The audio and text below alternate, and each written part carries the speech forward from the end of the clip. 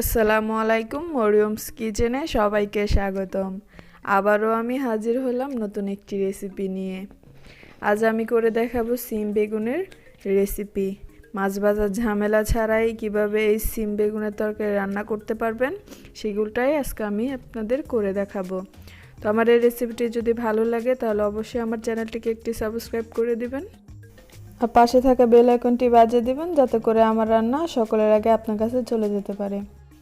চুলাতে একটি পাত্র বসিয়ে দিয়ে দিয়েছি পরিমাণ মতো তেল, হাফ চামচ জিরা, আমি এখানে আস্ত জিরা ব্যবহার করেছি, দিয়ে দিয়েছি পেঁয়াজ কুচি। আমি এটাকে একটু ভালোভাবে নেড়ে চেড়ে ব্রাউন করে ভেজে নিব।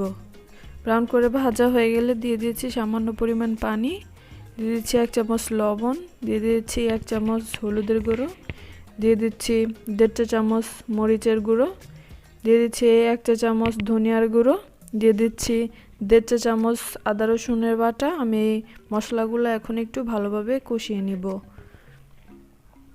তো মশলা কষানো হয়ে গেলে আমি এখানে দিয়ে দিব মাছ। আমি 4 পিস মাছ নিয়ে নিয়েছি। আমি মাছগুলো একটু নেড়ে চেড়ে পানি দিয়ে কষিয়ে নিব। অবশ্যই মাছগুলো ভালোভাবে কষাবেন, নাহলে মাছগুলো খেতে ভালো লাগবে না, মাছগুলো থেকে একটু গন্ধ বের হবে। তো অবশ্যই চেষ্টা করবেন মাছগুলো ভালোভাবে কষিয়ে নিতে। তো আমার মাছগুলো কষানো হয়ে গেছে, এখন আমি উঠিয়ে নিব। তো আমি একে একে সব মাছগুলো উঠিয়ে নিব।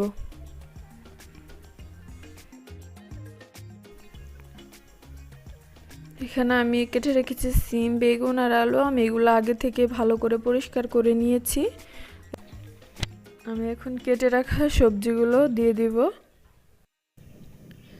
সিম, বেগুন এগুলো একসাথে মিশিয়ে রান্না করলে খেতে এমনিতেই ভালো লাগে। তো আমি একটু নেড়ে চেড়ে মিশিয়ে নিয়েছি মশলার সাথে। দিয়ে দিয়েছি 2টা টমেটো। এখানে আমি 2টা টমেটো কেটে নিয়েছিলাম, সেই 2টা টমেটো আমি দিয়ে দিয়েছি।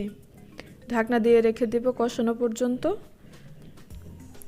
তো আমার কষানো হয়ে গেছে, এখন আমি আবারও একটু নেড়ে চেড়ে পরিমাণ মতো এখানে আমি পানি দিয়ে দিব। তো আমি আমার পরিমাণ মতো এখানে পানি ব্যবহার করেছি, দিয়ে দিয়েছি মাছ। আমি মাছগুলো দিয়ে আমি আবার একটু জাল করে নিব। তো রেখে দেব 10 মিনিটের জন্য। তো 10 মিনিট পরে দেখুন আমার রান্নাটা প্রায় হয়ে গেছে। এই পর্যায়ে আমি ধনিয়া পাতা দিয়ে দিব। আমার এই রেসিপিটি যদি ভালো লাগে থাকে তাহলে অবশ্যই লাইক, কমেন্ট, শেয়ার করে দিবেন। আর আমার মনে হয়েছে আমার একটু লবণ প্রয়োজন, তাই আমি এখানে আবারও একটু লবণ দিয়ে দিয়েছি।